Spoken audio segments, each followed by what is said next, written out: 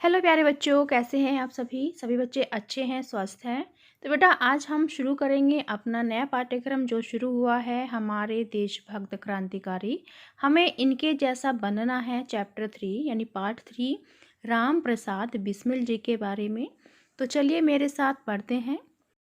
जब भी देशभक्ति की बात होती है तो आज भी दो सबसे महत्वपूर्ण गाने आंदोलनकारियों के लिए प्रेरणा के स्रोत बनते हैं। मेरा रंग दे बसंती चोला और देश हित पैदा हुए हैं, देश पर मर जाएंगे।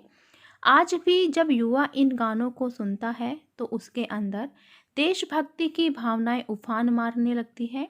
ये दोनों गीत महान क्रांतिकारी, भारत माँ के सच्चे वीर सपूत और आज़ादी के आंदोलनकारियों के सबसे लोकप्रिय कवि राम प्रसाद बिस्मिल ने लिखे थे।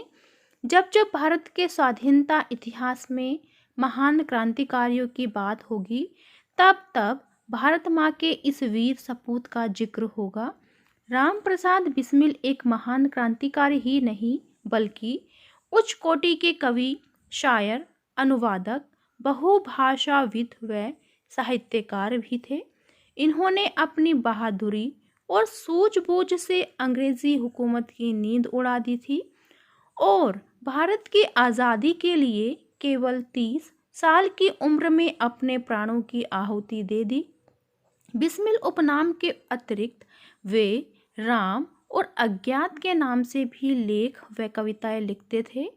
उनकी प्रसिद्ध रचना मेरा रंग दे बसंती चोला गाते हुए न जाने कितने क्रांतिकारी देश की आज़ादी के लिए फांसी के तख्ते पर झूल गए। राम प्रसाद बिस्मिल ने मैनपुरी कांड और काकोरी कांड को अंजाम देकर अंग्रेजी साम्राज्य को हिला दिया था। लगभग 11 वर्ष के क्रांतिकारी जीवन में उन्होंने कई पुस्तकें लिखी और स्वयं ही उन्हें प्रकाशित किया। उनके जीवन काल में प्रकाशित हुई लगभग सभी पुस्तकों को ब्रिटिश सरकार ने जब्त कर लिया था। पार्टी के कार्य हेतु धन की आवश्यकता पूर्ण करने के लिए बिस्मिल ने सरकारी खजाना लूटने की योजना बनाई। उनके नेतृत्व में कुल 10 लोगों, जिनमें अशफाक उल्ला खां, राजेंद्र लाहारी, चंद्रशेखर आज़ाद, सचेंद्रनाथ बख्शी, मनमथनाथ गुप्त, मुकुंदी लाल, केशव चक्रवर्ती, मुरारी शर्मा और बनवारी लाल आदि शामिल थे, ने लखनऊ के पास काकोरी स्टेशन पर ट्रेन रोककर 9 अगस्त 1925 को सरकारी खजाना लूट लिया। 26 सितंबर 1925 को बिस्मिल के साथ पूरे देश में 40 से भी अधिक लोगों को काकोरी डकैती मामले में गिरफ्तार कर लिया गया।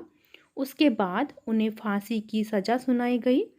जिस दिन उन्हें फांसी दी जानी थी उस दिन बिस्मिल सुबह कसरत कर रहे थे।